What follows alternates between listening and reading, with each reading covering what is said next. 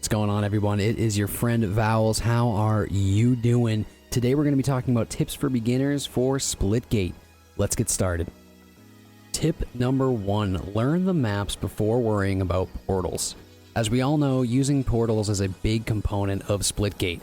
Similar to the game Portal, you're able to throw down, say, Portal A and Portal B. You can go through Portal A and come out Portal B and so forth. As a new player, this can actually be quite intimidating. So one thing I really recommend is that before even worrying about, how to use these effectively and use them to your advantage to sneak up on opponents, one thing I did personally was I didn't even really use mine. I really just wanted to kind of learn the maps and get familiar with the landscape around me and really where the portal entry locations are. It's something I really recommend, especially to people who are going to be playing this game for the very first time now that it's been gaining popularity over the past few weeks. Once you become familiar with the game and familiar with the maps, you'll find yourself experimenting a bit more with using these portals, but at first I would really highly recommend you just play the game. Play the game as a standard FPS, pretend the portals aren't even part of the game at first. I mean, you can use them here and there, but I would not stress about them so much to begin. Tip number 2. This one actually, some of you might already know this. To be honest with you, at the start, I had no idea. But you'll see the enemy portals around the map. And if you look at them, your crosshair will be white, but they'll actually turn red. So when an enemy is actually looking through their portal and they are in your crosshair, you won't be able to see the enemy. However, you will notice that your crosshair is red. That means you are effectively aiming at an enemy. So when your crosshair is red as you look into an enemy portal, take that shot. You can actually get kills this way. And the crosshair turning red indicates that you are currently aiming at them. More than often, the enemy will be strafing. So if you see it red, I would keep an eye on it. Just remember, don't overstay your welcome because they can completely see you while you can only see their crosshair. So you are definitely at a disadvantage. However, if you're playing a game like SWAT or something where it really only takes one headshot, feel free to take those shots. In regular games, aside from SWAT, just be very careful. However, it is good to know that you can take out opponents this way, so I wanted to throw that in there.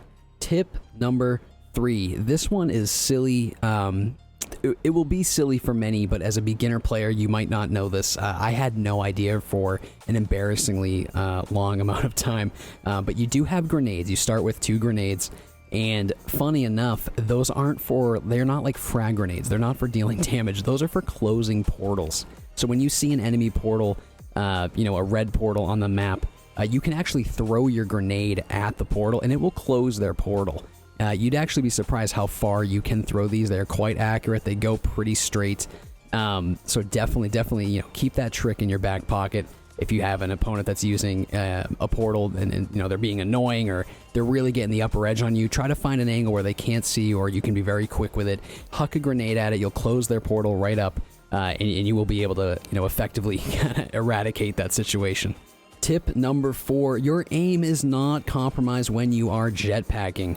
This is something that in many games, especially like Apex, if you're in the sky, or if you're falling, if you're dropping, you'll notice that when you go to shoot while you're on a zip line per se, your aim is all over the place. In this game, as you jetpack, your aim is laser straight. This is super effective in games like SWAT.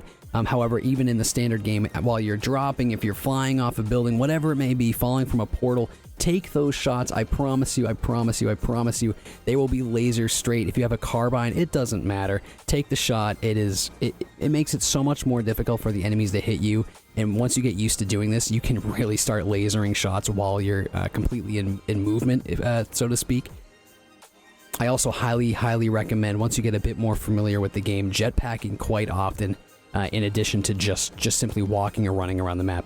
Constantly tapping your jetpack will really make you a harder target to hit, so I definitely recommend checking that out. Tip number 5. Can you guess what my favorite game mode is? I've only mentioned it a few times now. Oh yes, it is Team SWAT. This is something that I played in Halo way back in the day. It was always my favorite then. It is my favorite now.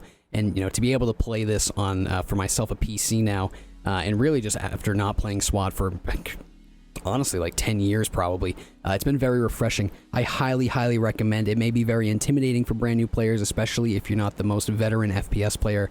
However, playing SWAT is an excellent way to start to fine-tune your flicks, fine-tune your aim, get used to aiming at a head level, which is something you should be doing in every FPS game.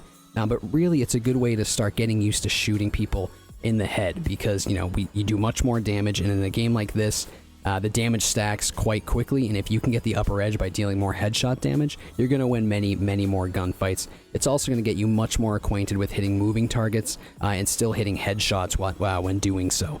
Highly recommend checking out SWAT. Don't be intimidated. If you're not familiar with this game mode, you may have a really hard time at the start, but trust me, stick with it. Give it a few tries, a few honest tries, and it will indeed make you a better player. Lastly, for this video, coming in at tip number 6, this is a simple one, however, very effective and very helpful. Once you start experimenting with portals and beginning to use them, you're going to be shooting portals like, the exit ones you want to come out of up high a lot of the time, just to get like a height advantage. However, when you're placing your portal that you're going to be walking through, always aim at the ground of that portal wall. Personally, when I first began experimenting with portals, I would aim like, head level, like where I constantly keep my crosshair at. One of the things I've learned with this game, especially with utilizing portals, is it is very easy to get kind of clunky going into them and exiting them.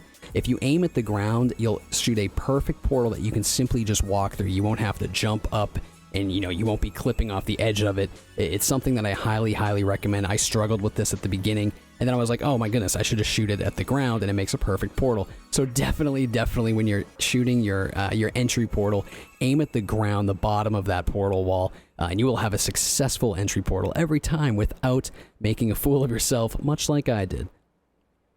So guys, there you have it, a quick 6 tips for beginners when it comes to Splitgate. I hope some of you found this video interesting. I hope you found it helpful. Please let me know in the comments below what you think. I have been deep diving the heck out of this game, and I plan to make many more videos about it, both on here as well as on TikTok.